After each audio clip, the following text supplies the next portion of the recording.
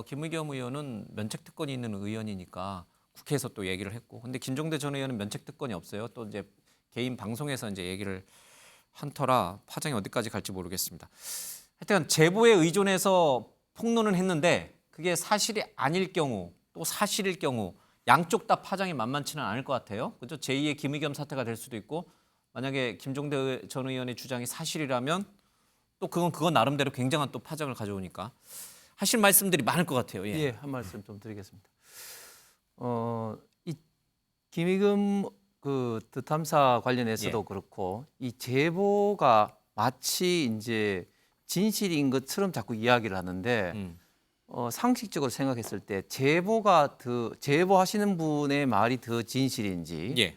혹은 그 제보에 나온 당사자들의 말이 더 진실인지 본다면은 제보에 나온 당사자들이 당연히 더 진실에 가까울 겁니다. 김용현 경호처장 말이 더 그렇죠. 진실에 가깝다. 그렇죠. 천공을 만난 적도 없다. 당연한 그 말이. 말이죠. 예. 예를 들어서 그 청남동 바 사건만 하더라도 당사자인 한동훈 장관은 극구 부인하는데 김의겸 의원은 제보를 받아서 제보를 마치 사실인 것처럼 한 거죠. 당사자인 이 김영은 처장이 부인을 하고 있는데 지금 김종대 전 의원 같은 경우 이 제보를 가지고 이야기하는 겁니다. 이 상식적으로 이게 납득이 안 되는 거죠. 두 번째 더 큰 문제는 뭐냐면 이 천공이라는 분의 어떤 그런 영향력이 마치 관절을 좌지우지할 정도로 대통령과 윤석열 정부에 엄청난 영향을 끼치는 것처럼 이야기를 하는 거예요, 지금. 예. 지난번 청담동 바 사건도 문제가 뭐냐면 마치 대통령이 새벽 3시까지 술 마시가지고 마치 그런 것이 사실이라면은 이 윤석열 정부가 무능한 정부다 이런 어떤 예. 프레임을 씌우기 위해서 하는 거거든요. 지금 천공의 어떤 이야기가 어제 오늘 이야기 나온 것이 아니었고 예. 대부분 다 이미 거짓임이 드러났는데도 끊임없이 천공 이야기를 하는 것은 마치 지금 윤석열 정부가 합리적인 의사결정이 아닌 이런 어떤 비합리적인 뭐 주술이라든지 이런 것에 의해서 마치 중요한 국가 정책 사항이 결정 나는 것처럼 지금 어떤 프레임을 하는 이게 예. 지금 문제인 겁니다. 알겠습니다. 이게 또 하나의 굉장한 논란거리를 김종대 전 의원이 던져놨습니다. 이제 사실관계를 좀 밝혀야 될 필요가 좀 있을 것 같습니다. 근데 저는 개인적으로 좀 궁금해지는 게 김건세 변호사님. 네. 천공이라는 사람이 모르겠어요. 뭐 하시는 분인지 저는 잘 모르겠습니다. 뭐 점쟁인지 아니면 직관을 보는 사람인지 잘 모르겠는데 설령 이 사람이 왔다 갔다 해도 그게 법적으로 문제는 아니죠. 법적으로 문제 내는 건 없죠. 전혀 없죠. 예, 예, 그러나 다만 이제 국민이 볼 때 굉장히 중요한 국가사를 일개 개인의 약간 점쟁이 같은 사람이 결정했다는 것 자체가 굉장히 희화가 될 수 있는 측면, 그 측면만 남아 있는 거죠. 그래서 이제 국가의 어떤 중대한 사항을 마치 이제 무소 예. 이제 이런 것들에 과학적이지 않고 그런 거에 근거해서 의존해 가지고 한다. 그렇기 때문에 이제 설사 그렇다고 한다면 윤석열 대통령에게 예. 그게 사실이로 밝혀진다고 하면 그건 굉장히 치명적이 될 수 있죠. 더군다나 그 지난 대선 때부터 계속 민주당으로부터 공격 많이 받았지 않습니까? 예. 천공, 뭐 건진법사 이런 얘기 많이 나왔고 예. 또 그중에 일부는 뭐 캠프 내에서 뭔 직을 맡고 있었다 이런 것들이 물론 이제 흑색선전일 수도 예. 있지만 그래서 이거 자체가 사실 밝혀지면 굉장히 뭐 대통령실 입장에서 어려울 예. 수 있는데 지금 고소를 한다고 하는 거잖아요. 만약에 거꾸로 정반대의 경우 김종대 전 의원이 폭로한 내용이 전혀 사실이 아니면 어떻게 해야 되는 거예요? 근데 이 사건 자체는요, 이건 사실은 수사하면 금방 드러나요. 왜냐하면 금방 드러나요? 그렇죠. 경호처장의 휴대폰이랄지 위치 추적, 또 CCTV 천공의 위치 추적, 뭐 CCTV 이런 걸 보면 금방 드러나요. 왔다 갔는지 안 왔다 갔는지 금방 드러나는데 예. 이제 중요한 건 그거죠. 이제 정보통신망법상 명예훼손이라는 게 있거든요. 예. 그래서 거기에서 사람을 비방할 목적으로 허위 사실임에도 알고도 명예훼손하면 형량이 좀 셉니다. 7년 이하 징역이고 예. 또 이게 진실이다 할지라도 비방할 목적으로 하는 경우에는 또 3년 이하 징역해요. 예. 그렇기 때문에 사실 이게 허위냐 아니냐는 굉장히 중요한 문제고 일단 대통령실에서 고소를 하게 되면 예. 사실은 진실은 밝혀지는 데는 어렵지 않기 때문에 예. 어느 한쪽은 좀 치명적이 될 수 있다 이렇게 봅니다. 알겠습니다. 근데 이게 또 공교롭게 오늘 한동훈 법무장관이 김의겸 의원에 대해서 10억 원의 손해배상 소송을 제기했다는 얘기 있어요. 하필 천공 얘기가 나왔을 때 또 이 김의겸 의원 얘기가 같이 나와요. 이게 뭐 다들 맞춘 건 아닐 거예요. 일부러 이렇게 같이 오늘 한꺼번에 터뜨리자 이렇게 맞춘 건 아닌데 공교롭게도 이 얘기가 나왔습니다. 자, 한동훈 법무장관이 청담동 바 사건과 관련해서 김의겸 의원에 대해서 고소 고발 중에 이 10억 원 손배소도 했고 김의겸 의원은 또 SNS에 이 소송에 대해서 이러쿵 저러쿵 또 긴 장문의 심경 토로 글을 올렸습니다. 들어보겠습니다. 저를 지금 스토킹하는 쪽하고 같이 야합해서 말씀하신 거잖아요. 그렇죠? 혹시 그 스토킹의 배우가 김의겸 의원이십니까? 여기는 국정감사 자리입니다. 아니 저보고 거시라고 하셨잖아요. 아니 국정감사 자리에서 저런 찌라시 수준도 안 되는 거 가지고 국무위원을 모욕해놓고 국정감사라는 게 그게 말이 되는 소리입니까? 저는 법적 책임을 말씀드리는 겁니다. 그분한테 뭐 도덕적 책임을 얘기하기는 좀 그렇지 않습니까? 그럴 기회는 많았죠. 그분이 그리고 꼭 사과를 그렇게 바로바로 안 하시는 분도 아니에요. EU 대사한테 한 거는 바로 다음날 사과했잖아요. 뭐 내외국인 차별하나요? 더 탐사 같은 데가 김의겸 같은 주류 정치인과 협업하거나 그 뒷배를 믿고 과거의 정치 깡패들이 하던 역할을 하는 것 같습니다. 그런데 거기서 그치지 않고 앞으로도 계속 이러겠다고 공언하고 있습니다. 너무 끔찍한 얘기 같습니다. 예, 형평성 차원에서 김의겸 의원이 페북에 올린 글도 잠깐 소개를 해주고 가야 될 것 같아요. 그 쭉 내려가다 보면은 술자리에 참석한 적이 있는가라는 질문이 10억 원짜리나 되는지는 더더욱 몰랐다. 앞으로 궁금한 일이 있더라도 10억 원이 없다면 절대로 물어봐서는 안 되겠습니다. 이제 이런 얘기를 했습니다. 자신의 술자리에 간 적이 있냐는 질문 한마디가 10억 원짜리인 줄은 몰랐다. 앞으로 국회의원들은 10억 원이 없으면 국회에서 함부로 무슨 얘기도 질문도 하면 안 된다. 겁납니다. 이게 이제 김의겸 의원의 겁납니다. 먼저 입장을 좀 드릴게요. 그 10억 원은 상당히 큰 돈이에요. 국회의원한테는. 그렇죠? 네, 큰 돈이지만 본인이 했던 행위를 생각해 보게 되면 그렇게 큰 돈일까라는 고민이 들기도 한동훈 합니다. 장관이 입은 명예훼손은 왜냐하면 한동훈 장관에게 이른바 아무런 근거 없는 마타도어 그리고 음해성 의혹 제기를 던져놓고 그 내용들을 그대로 그치지 않았습니다. 그리고 김의겸 의원은 민주당의 입 대변인 아닙니까? 예. 그다음 민주당 최고위원회의에서 책임 있는 당직자들이 앞다퉈서 이 같은 영상들을 틀기 시작했고 민주당은 더 나아가서 이게 사실이라면 제2의 국정농단이라고 얘기하는가 하면 TF를 만들자고까지 얘기했습니다. 결과적으로 한 번, 두 번만 검증해 보면 충분히 알 수 있는 얘기였는데 첼리스트의 거짓말이다 이렇게까지 얘기가 나왔음에도 불구하고 그 입장들을 뒤로 빼지 않는 다음에 아직도 사실관계가 더 확인할 필요가 있다고 얘기를 합니다.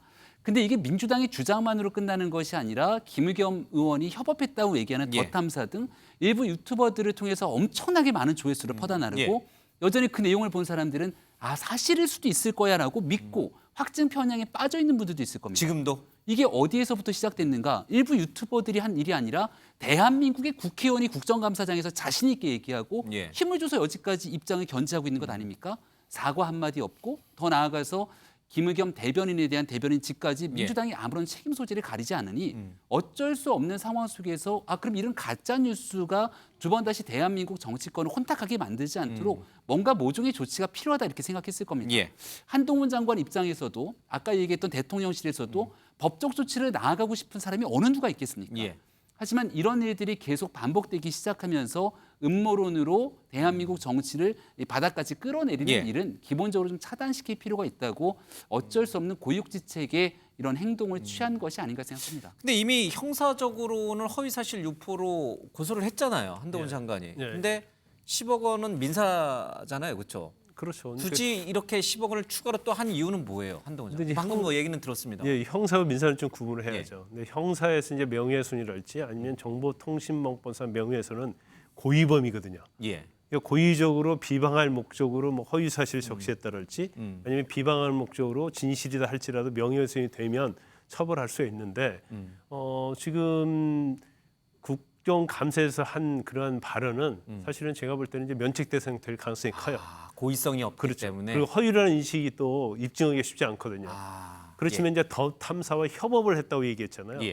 그러면 같이 공범이 되는 건데 이것도 중요한 것은 협업을 할 때 이것이 허위라는 사실을 알고 있었느냐, 알면서도 이렇게 했느냐. 예. 아마 녹취록 전체를 들어보면 허위를 볼 수 있는 내용이 나오냐 안 나오냐. 그래서 형법상 구속 요건은 좀 어려워요. 아, 제가 형사 인정하기가 처벌은 쉽지 어렵다. 않아요. 예. 그런데 민법은요, 고의 또는 과실이 있으면 손해배상 인정이 되거든요. 그러면 진실을 밝히는 데 있어서 고의가 없다 하더라도 본인이 진실이라는 것을 알기 위해서 얼마나 노력을 했느냐. 그렇지 않고 이런 식으로 폭로를 하게 돼버리면 사실 상대방의 명예훼손, 치명적인 명예훼손이 되잖아요. 그렇기 때문에 과실 정도도 있었느냐. 그러니까 요건이 훨씬 완화되는 거예요. 그런데 10억이 굉장히 큰 돈이고 김의겸 의원은 10억이란 된 돈을 뭐 말하려면 10억 갖춰야 한다고 하는데 설사 인정된다 하더라도 뭐 10억 인정되겠어요. 제가 볼 때는 뭐 많이 인정되면 뭐 1억 이쪽 저쪽도 인정될 가능성이 크다. 그런데 아마 한동훈 장관이 상징적으로 아니면 혹시 뉴스메이커로 다시 나오고 싶어서 10억 한 거 아니야? 1억 하면은 기사 안 써줄까 봐. 그건 모르겠어요. 한동훈 장관의 마음은 모르겠지만 예. 완전 본인 입장에서는 나는 장관이고 청담도 술자리 간 것 자체는 나에게 엄청난 치명적인 것이다. 10억 이렇게 원은 줘야 생각해서 된다. 10억 청구하는데 사실 이제 10억 청구하려면요 인지세가 꽤 많이 들어가거든요. 그렇죠. 돈은 있으시잖아요, 한동훈. 네, 그럼에도 불구하고 예. 물론 이기면 그 인지세랄지 변호사 비용은 어느 그쪽에서. 정도는 보전받을 수 있죠. 예. 그런 것들은 이제 전체적으로 한동훈 장관이 예. 고려해서 알겠습니다. 이렇게 손해배상 소송을 제기한 게 아닌가 싶습니다. 김의겸 의원이 만약 소송에서 져서 진짜 돈을 물어내야 되면 흑석동 건물은 또 어떻게 되는지, 팔아야 되는지 뭐 여러 가지 얘기 우스갯소리가 막 나오고 있습니다. 어쨌든 형사적으로 처벌하기에는 면책 특권이 있기 때문에 어려울 수도 있어서 민사 쪽으로 한동훈 장관이 건 것이다. 그리고 10억 원이라는 것은 대개 세간의 이목을 받을 수도 있고 본인의 명예가 그만큼 또 실추됐다고 판단할 수 있다. 이렇게 보시는군요. 어떻게 보세요? 국회의원들은 이제 이 사례가 만약에 이제 인정이 되고 통용이 되면 앞으로 국회의원들은 국정감사장에서 말 한마디 한마디, 질문 한마디 한마디도 굉장히 신중하게 해야 되고 10억 원이 없으면 뭐 의혹 제기도 하면 안 된다. 이게 이제 김의겸 의원의 주장이에요. 지금도 이제 국회에서 발언이나 이런 거 할 때 팩트 체크는 쭉 합니다. 쭉 하고 김의겸 의원이 아마 그 녹취록을 아마 그 처음부터 끝까지 다 들어본 것 같아요. 예. 그 내용만 놓고 보면은 이게 허위 사실이다라는 것을 인지하기는 상당히 어려웠을 겁니다. 예. 일단 재판이 걸려 있고 고소 고발이 된 거니까 법원에서 판결이 날 거라고 보고요. 저는 대통령 또는 대통령의 측근 중에 측근이라는 법무부 장관 이분들이 왜 이렇게 좀 말하자면 좀 표현이 좀 그렇습니다만 이렇게 일을 대하는 게 좀 이렇게 좀 난폭할까 그런 생각이 들었습니다. 왜 그러냐면 윤석열 정부 들어가지고 출범해가지고 지금 7개월이 다 됐는데 7개월 동안 윤석열 정부 하면은 떠오르는 단어 키워드를 예로 들어보라 그러면 예. 아마 이런 걸 겁니다. 조사, 수사, 감사 또 고소, 고발, 손해배상 청구 소송, 압수수색, 체포영장, 뭐 예. 소환 뭐 이런 걸 겁니다. 그러니까 지난 7개월 동안 이준석 당대표를 대하는 것도 그렇고 MBC를 대하는 것도 그렇고 예. 노조를 대하는 것도 그렇고 전 정부 사람들을 대하는 것도 그렇고 야당을 대하는 태도도 그렇고 전부 일방통행입니다.